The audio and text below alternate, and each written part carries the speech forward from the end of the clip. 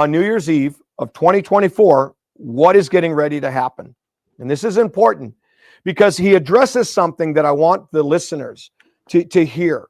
Sometimes we allow our eschatology to screw up prophetic accuracy. Not the truth. Because most of what people talk about in eschatology is what the beast is going to do, the Antichrist, the mark, right? Oh, all this fear-mongering. Nations rising up against nations, Matthew 24. Wars and rumors of wars. Earthquakes in various places. And Jesus said, no, the end's not yet, guys.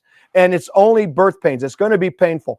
But people ignore in that same Matthew 24 narrative, verse 14, Jesus said, here's the deal. You want to know when the end is? I will cause my goodness to pass by you. I'm going to say it this way.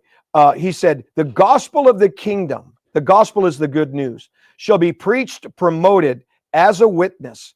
What's a witness? Demonstrated. Power, glory, signs and wonders, awakenings, renaissance, revival. And then he says the end will come.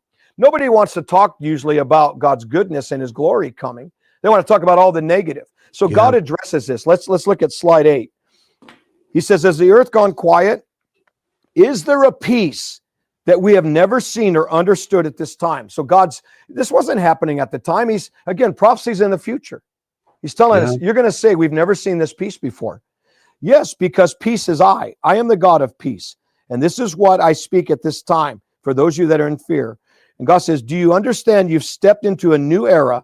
I've taken away the old, that I will establish the new, like the Egyptians who came to pursue a nation, to bring them into bondage. And then he goes on, listen to me, America, I speak to you. Now let's go to the next one. This is about this strange peace. This is October of 2023. So it's now, 8 days after that attack. 8 days after the attack of October 7th of 23. Look at what God says. He's given us a hint. There's two prophecies, slide 9 and slide 10, that he's addressing quite a bit of stuff here that we are seeing played out, okay? And God says in slide 9, and yet there are those from 2023 on the outside that are waiting for a result that did not happen because there was a restraint. No matter how hot, no matter how much the government, the king intended to do to bring Shadrach, Meshach, and Abednego. So he's talking about something else. But look at the red. And so I speak and I say, the enemy has sought to preempt war, to raise up that which will be the war to end all things. Look at what God says. This is not that time. Then he goes on and he tells us and he gives us hints. How do we know that it's not time? Look at what he says. Same prophecy. Tell me if this hasn't been played out. And so my spirit shall restrain the mouth of China, the dragon. I shall restrain the claws of the bear, Russia. We're seeing both of those guys. Trump has got them both in a headlock, right? Yeah, he does. And notice what just played out recently.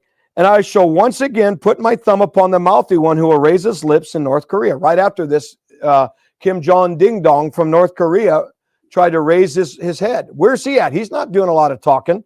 But look at this. I say to you, Iran, you will try, and there'll be that which will be seen in the air. We saw this strike come.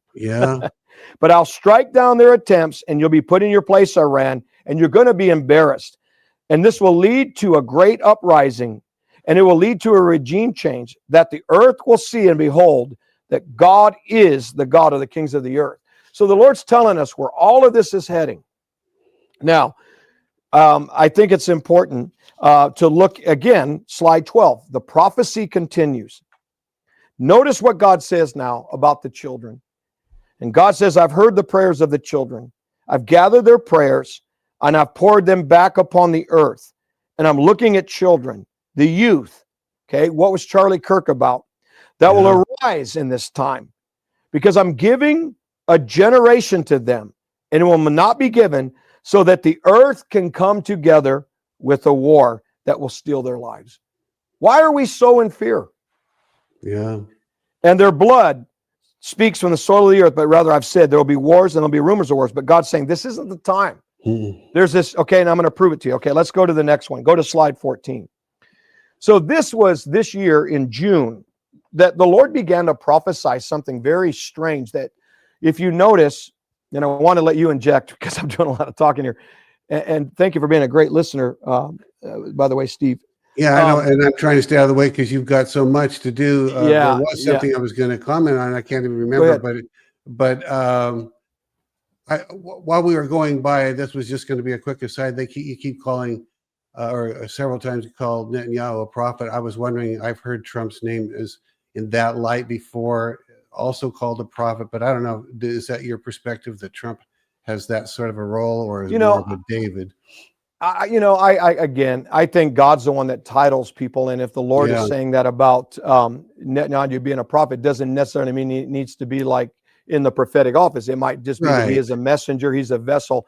And listen, I think Trump has definitely got through because of the prayers and because of the brilliance of wisdom that God has given him. I think he does have a prophetic grace on him to foretell and to speak, because a lot of things that Trump says, that's why he always says, I was right about that. That's what I said. He'll say, I don't know why you don't. Right. He'll say, I don't know why you don't ask me to help, because I'm good at this. He'll keep saying, I'm good at this. Yeah, I'm the best. You do it so well too. It's like, and he really is the best. The difference is, and I think, we had the filmmakers that came out to see you, Matt and Joy. And Matt had said to me about Trump, because he's been in Trump's house and all that with filmmaking.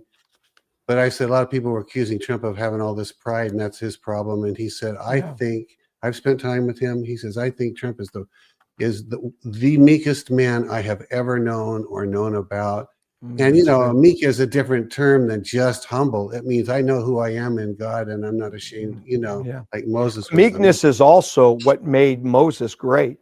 Yeah. Because he said he was the meekest man on the earth. Well, what got Moses in trouble when he stepped out of that meekness? Yeah. Meekness is to see the grace potential in somebody else but yourself.